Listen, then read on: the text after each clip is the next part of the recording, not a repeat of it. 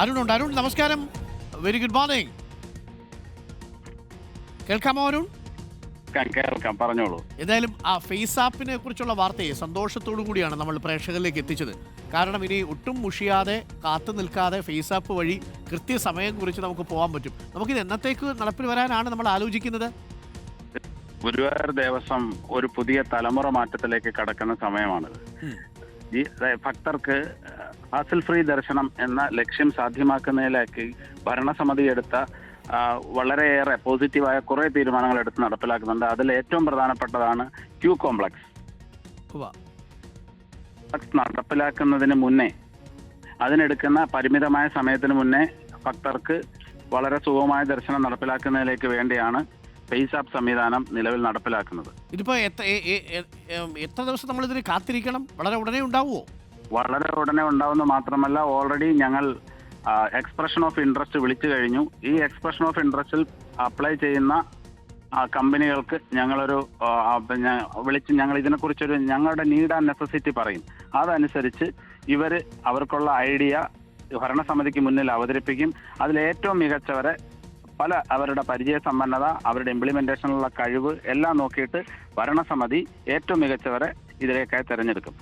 അത് മാത്രമല്ല, ഒരു കാര്യം കൂടെ, ഇപ്പോ നിലവിൽ ഇരിക്കുന്ന സ്ഥലത്ത് അവർക്ക് ചെറിയ ചെറിയ സൗണ്ട് ബോക്സുകൾ വയ്ക്കും. ഏറ്റവും മികച്ച ക്വാളിറ്റിയുള്ള സൗണ്ട് ബോക്സുകൾ വെച്ചിട്ട് അതിൽ പഴയ നമ്മുടെ മയിൽപീലി പോലുള്ള നീ എന്നെ ഗായകനാക്കി പോലുള്ള പഴയ പാട്ടുകൾ സൗണ്ട് കുറച്ച് ഇട്ട് അവരുടെ സ്ട്രെസ് കുറച്ചുകൊണ്ട് പിന്നെ ഈ ഇരിക്കുന്നവർക്ക് തന്നെ വളരെ ഒരു നവ്യമായ ഒരു അനുഭവം കൂടി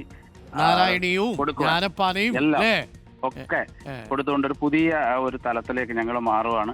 ഈ വരുന്ന ക്യൂ കോംപ്ലക്സിൽ ആദ്യം ഇവർക്ക് ഭക്തജനങ്ങൾ കയറി അതിലേക്ക് എൻട്രി ചെയ്ത് കഴിഞ്ഞാൽ അവർക്ക് പിന്നെ ഒരു തിയേറ്റർ പോലെയുള്ള സംവിധാനമായിരിക്കും ആദ്യം വരുന്നത്.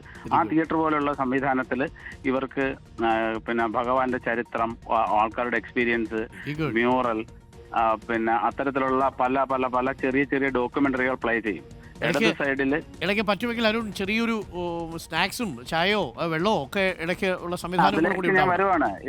അതിലേക്ക് വരണം. ഇടത് സൈഡിൽ വളരെ ഹൈജീനിക് ആയ ബാത്റൂംസ്, റൈറ്റ് സൈഡിൽ മെഡിക്കൽ ഫെസിലിറ്റീസ്, അതുപോലെ തന്നെ ഇരുന്ന് പോകുന്ന സൈഡുകളിൽ സ്നാക്സ് വെച്ചേക്കും.